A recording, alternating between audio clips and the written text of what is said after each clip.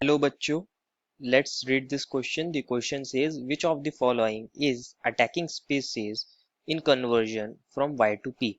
हमारा Y P में convert हो रहा है, तो हमसे क्वेश्चन में पूछा गया है कि यहाँ पे कौन सी अटैकिंग स्पीसीज होगी और हमें यहाँ बहुत सारी केमिकल रिएक्शंस दी गई हैं। तो फर्स्ट ऑफ ऑल इस क्वेश्चन में हम की कंसेप्ट की बात करेंगे। तो यहाँ हमारी एक बहुत इंपॉर्टेंट रिएक्शन इन्वॉल्व होगी जिसका नाम है रीमर टीमैन रिएक्शन। और रीमर टीमैन रिएक्शन हमारी फिनॉल और क्लोरोफॉर्म के साथ होती है in presence of NaOH। But before that हमें इसकी सारी रिएक्शंस को सॉल्व करना पड़ेगा।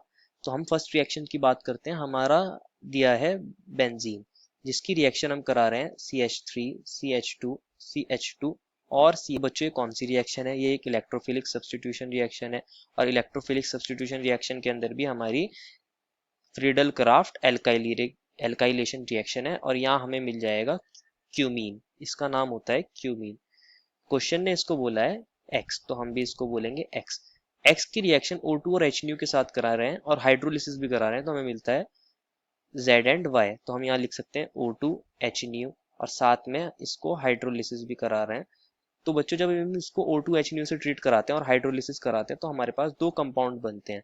एक तो हमें मिलता है फिनॉल जिसके यहाँ OH है, और एक हमें मिलता है एसीटोन CH3COCH3।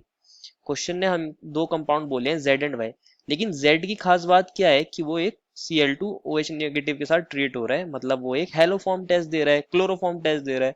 तो हम यहाँ कर सकते हैं इसको Cl2 और OH नेगेटिव के साथ ट्रीट, क्योंकि हेलोफॉर्म टेस्ट हमारा CH3COO वाले ग्रुप ही देते हैं। तो हमारे यहाँ दो कंपाउंड बन जाएंगे CH3COO नेगेटिव प्लस CHCl3। तो ऑब्वियसली हमारा Z क्या हो गया है? एसीटोन।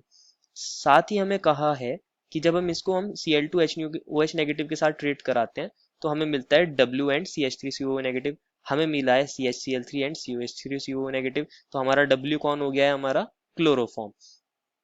इसका मतलब ये हुआ जो हमारा फिनॉल बना था वो क्या है? Y है।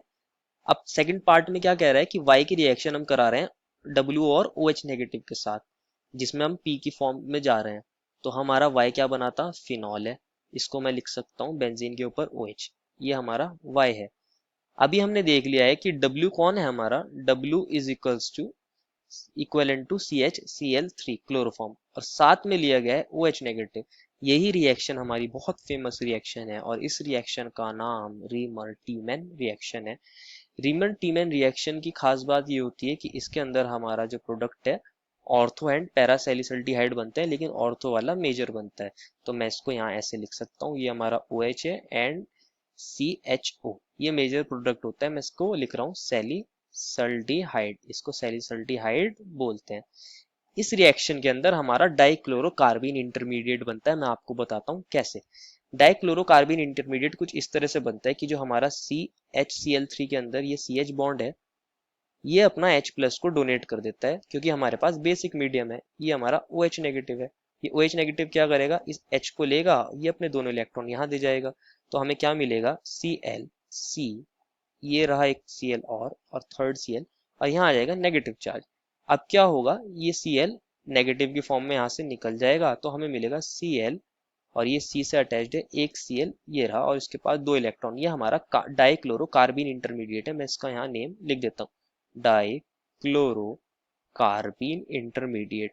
अब इसको हम ऑप्शंस में चेक कर लेते हैं। ऑप्शन ने कहा था, क्वेश्चन में हमें कहा था कि Y से अगर हम P की फॉर्म में जाते हैं तो हमारा कौन सा इंटरमीडिएट बनेगा।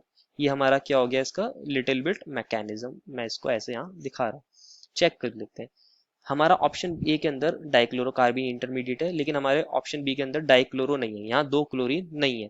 ऑप्शन सी के अंदर यहाँ दो H है, क्लोरीन नहीं है। एंड ऑप्शन डी के अंदर हमारा कार्बीन ही नहीं बना, तो ये B C D तो गलत हो जाएंगे। एक ही ऑप्शन ऐसा है जो सही है, which is option number A. तो हम लिख सकते हैं the final answer is option number A, which is dichlorocarbene intermediate. I hope you understood it well and best of luck.